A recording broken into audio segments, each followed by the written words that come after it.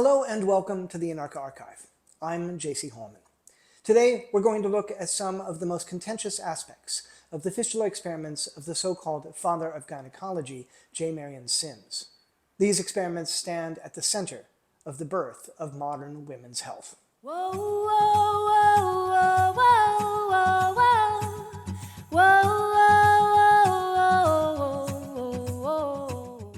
There are really two main controversies. Sims didn't use anesthesia, and he didn't seek consent. Today, I'm talking about consent. But a word about anesthesia. Sims' defenders, and there are some, have pointed out that chloroform and ether were just beginning to be used at the time of Sims' experiments. That's true. In the late 1840s, both were still experimental, and people were dying when the drugs were misapplied. But chloroform and ether were not the only agents known to kill pain. The effects of nitrous oxide had been known for decades, and Sims himself sometimes gave patients opium before surgery.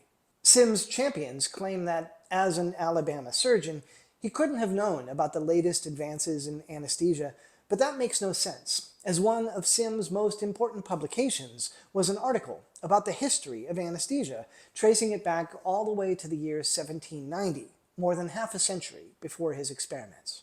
The bottom line is that when he was experimenting on enslaved women, he opted to use no pain-killing drug at all. But what about consent? Did he at least get consent from the women he was going to experiment on? His champions have suggested that he did. It's been claimed that Sims repeatedly sought consent from Anarcha, Lucy, Betsy, and the other women, approximately 7 others, who were his initial group of experimental subjects. But that's not true.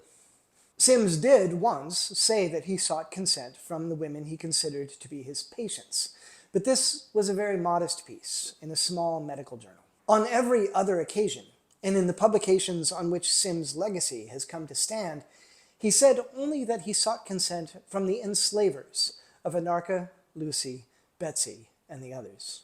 Now, to be clear, it is the case that obstetric fistula is a horrific condition. Any woman who has it would most definitely want to be cured, meaning that she would be extremely vulnerable to a man who came along and said he might be able to cure it. And the procedure to cure a fistula is very delicate. It's not like amputating an arm where you can just hold someone down and do it.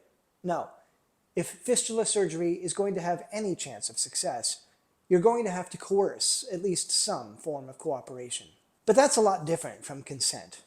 And what we know about Sims is that, actually, he didn't care about consent at all. It's not widely known about his career, but when the fistula cases started landing in his lap, as we described in an earlier video, he was fishing for new surgeries to perform, surgeries that might bring him glory and wealth. Specifically, he was investigating infant lockjaw and major surgeries on cancers of the face and jaw.